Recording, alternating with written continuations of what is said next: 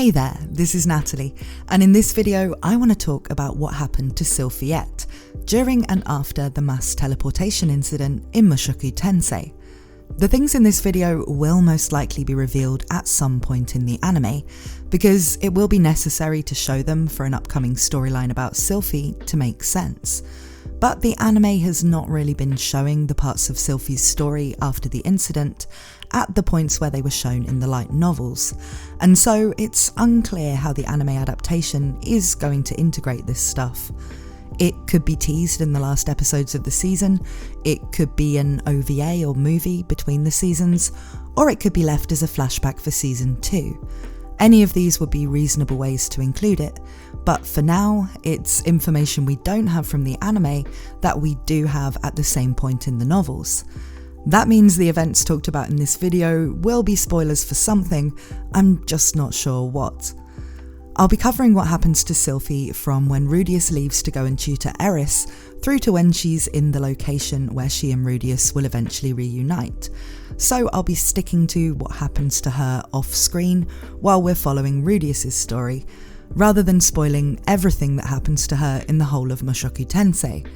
If you do want to know more about Sylphy's life after these events, check out my video about Rudeus's love life, which has information about several characters, including Sylphiette.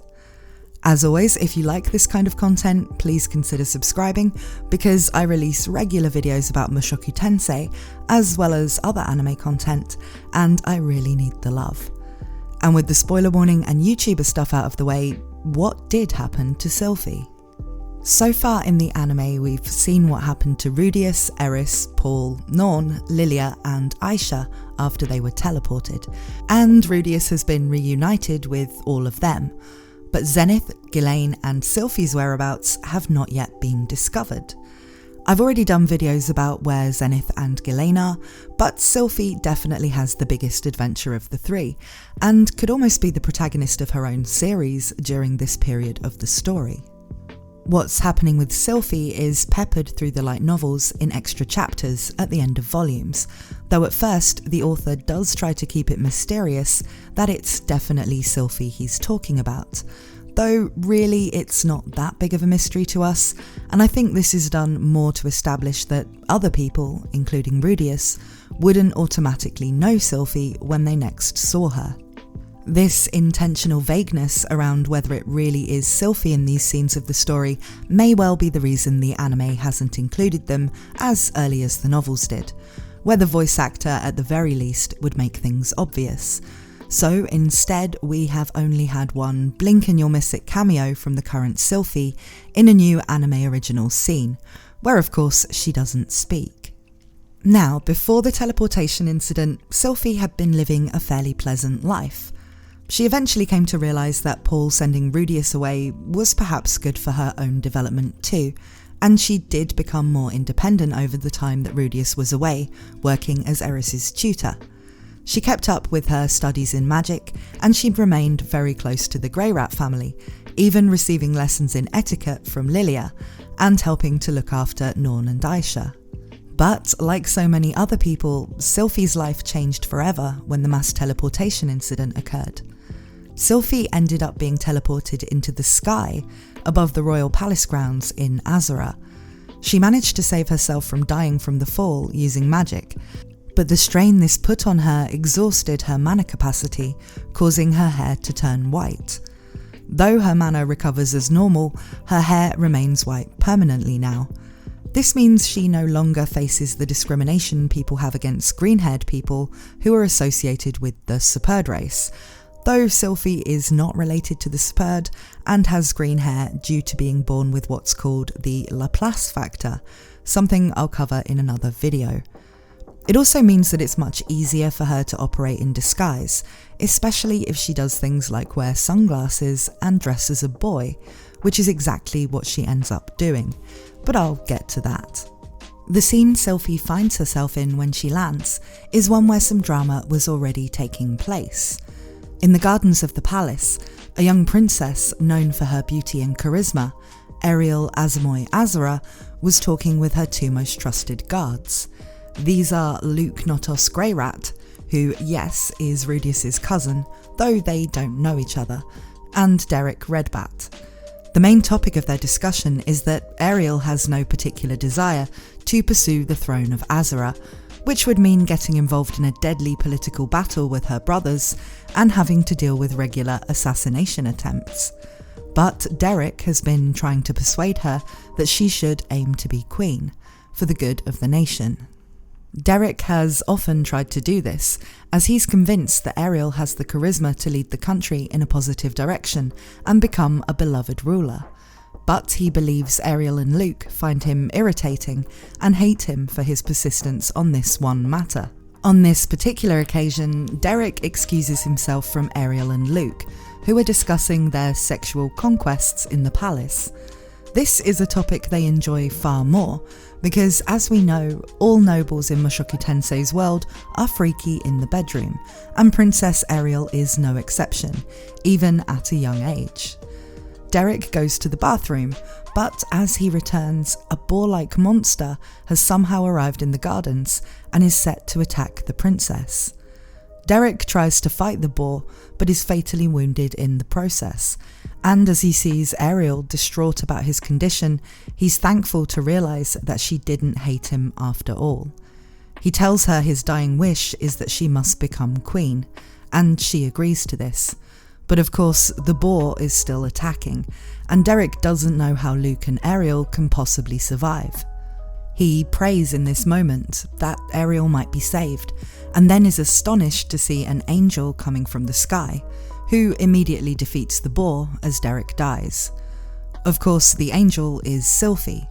She managed to survive the fall with only fractured legs and bruises, killed the boar with her chantless magic, and then healed her legs, also using chantless healing magic, which is actually something Sylphy can do that Rudeus can't.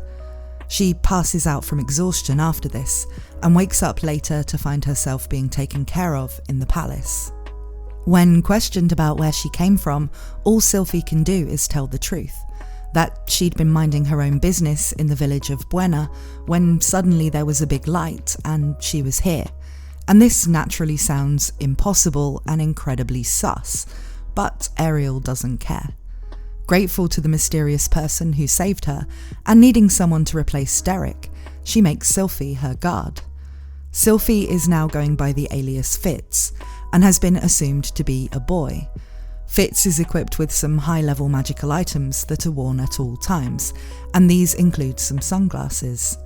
These, combined with the fact Sylphy rarely speaks in public to avoid revealing her feminine-sounding voice, help keep up her alias, but also lead to Fitz being perceived as very mysterious. Eventually, Silent Fitz becomes a persona with a lot of mystique built up around him. For a while now, Sylphy, posing as Fitz, remains in the palace, learning a lot about the lives of nobles and growing close to Ariel and Luke, particularly Ariel, who will be essentially her best friend throughout the story of Mushoku Tensei. Ariel knows Fitz is actually a girl, and does try to initiate certain interactions with her on occasion, where the princess is canonically bisexual, as well as being into the general debauchery, same as all the other nobles. But Sylphy isn't interested in any of that. Sylphy is actually already aware of the kind of kinky stuff Ariel and the other royals are into, because she heard stories about it all from Lilia, who had previously served at the palace. At first, Sylphy is troubled by nightmares about the teleportation incident, and seems to be struggling with PTSD during this time. This is something Ariel actually helps her with.